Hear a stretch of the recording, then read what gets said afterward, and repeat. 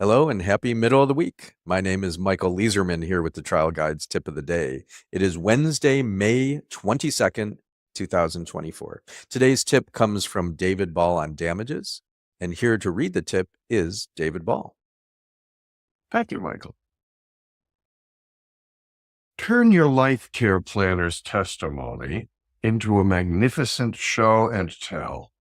Have her bring things to court: the leg braces, the special dinnerware, the Velcro fasteners for clothing, the urinary catheter, etc.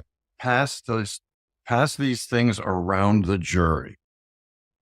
Wow. This is so great that it seems obvious to me that this isn't just the life care planner you're talking about. You're talking about the trial. Think of it as a show and tell. It doesn't have to be boring. Exactly. When I first started doing this, I wasn't doing this. I was just watching trials out of curiosity for a whole different project that had nothing to do with consulting. I didn't know there was any such thing.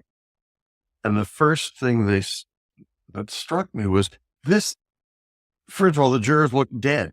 You had to watch for a while to find out if any of them were alive. They were that bored. And I thought, this is so magnificently boring. It's achieved something. It's an accomplishment.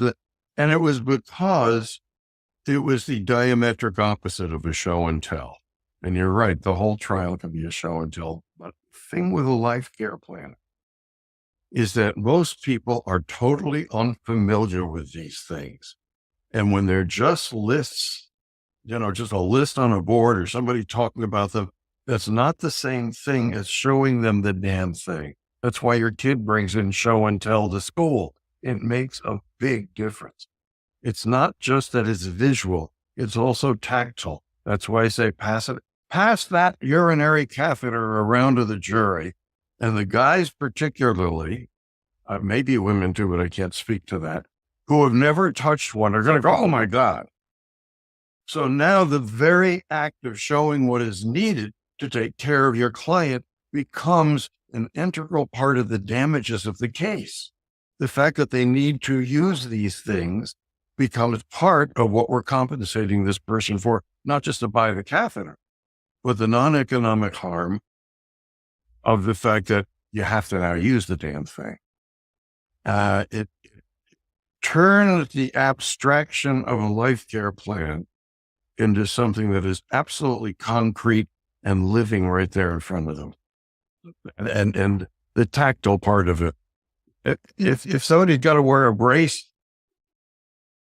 pass it around to the jurors. Here, put that brace on your arm if you want. You'll see what it feels like. It's like three-dimensional publication of something to the jury. And when you do that right with your life care planner, then the defense brings their life care planner, who is always going to try to do things cheaper. Now you're not talking in abstractions. Well, so you've got these cheaper catheters. Do you have people right away are going to cross their legs like, oh my goodness. One of the factors that comes up is, do you really need to spend $1,000 on a wheelchair when they have $200 wheelchairs? Buy one of each, put them there, let the juror sit in each one. I love it. Great idea.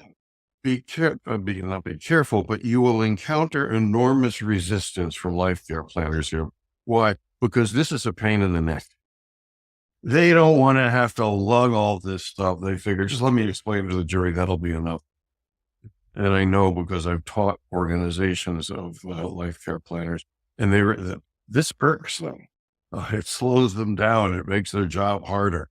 Don't put up with it. You're paying for this stuff. Have them bring it. It also makes them seem that much more expert. Not just the transmitting information, which is really all they do, but it makes them seem expert at it themselves. All right. Trial, especially life care planner testimony, is show and tell. That's today's wisdom from David Ball. Thank you, David. You're welcome. Let's take a deep breath together and be grateful to be alive this Wednesday. May we work today to help reduce suffering in the world. May our efforts as lawyers and as people help to repair the world. May we fiercely and compassionately advocate for our clients, champion their stories, and do so from a place of compassion. I'm going to ring a bell now. This can take you into a meditation practice, a prayer practice, or just remind you, wake up, it's Wednesday. Go out, do good things, and have fun while you're doing it.